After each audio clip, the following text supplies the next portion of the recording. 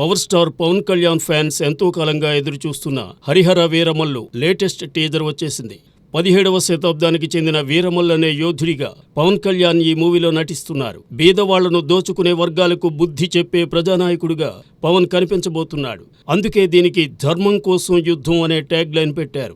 Mega సూర్య productions పతాకంపై ప్రముఖ నిర్మాత ఏఎం రత్నం సోదరుడు దయాకర్ రావు అత్యంత భారీ బడ్జెట్తో ప్రతిష్టాత్మకంగా ఈ చిత్రాన్ని నిర్మిస్తున్నారు. బీదవాళ్లను దోచుకుంటున్న దొరలు, వారిని దోచుకునే నిజాం నవాబు, అతన్ని తమ చెప్పు చేతుల్లో పెట్టుకునే ఢిల్లీ మొఘల్ చక్రవర్తులు, వీళ్లందరికీ బుద్ధి చెప్పే వీరమల్లుగా పవన్ కళ్యాణ్ నటిస్తున్నాడు.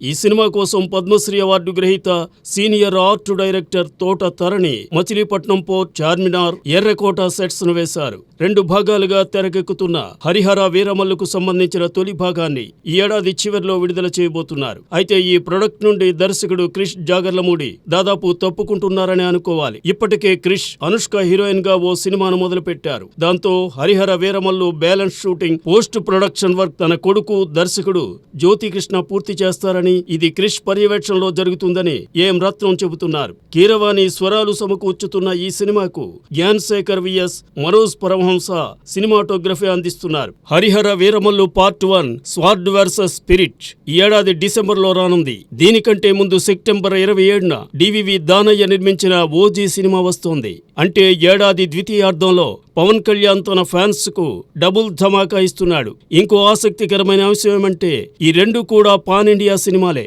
రెండింటిలోనూ ఉత్తరాది నటులే ప్రతి నాయకుడి పాత్రను పోషిస్తున్నారు. ఈ 2 సినిమాల్లోనూ యాక్షన్ సీన్స్ పీక్స్ లో ఉండబోతున్నాయి. ముఖ్యంగా హరిహర వీరమల్లు కోసం పవన్ కర్రసాము, కత్తిసాము నేర్చుకోవడానికి వర్క్ షాప్ లో పాల్గొన్నారు. దాని ఫలితం ఈ రోజు విడుదలైన టీజర్లో కనిపిస్తోంది. ఈ మూవీలో నిధి అగర్వాల్ నాయికగా, బాబీ డియోల్, నాజర్, సునీల్, రఘుబాబు, సుబ్బరాజు, నోరా ఫతేహి కీలక పాత్రలు పోషిస్తున్నారు.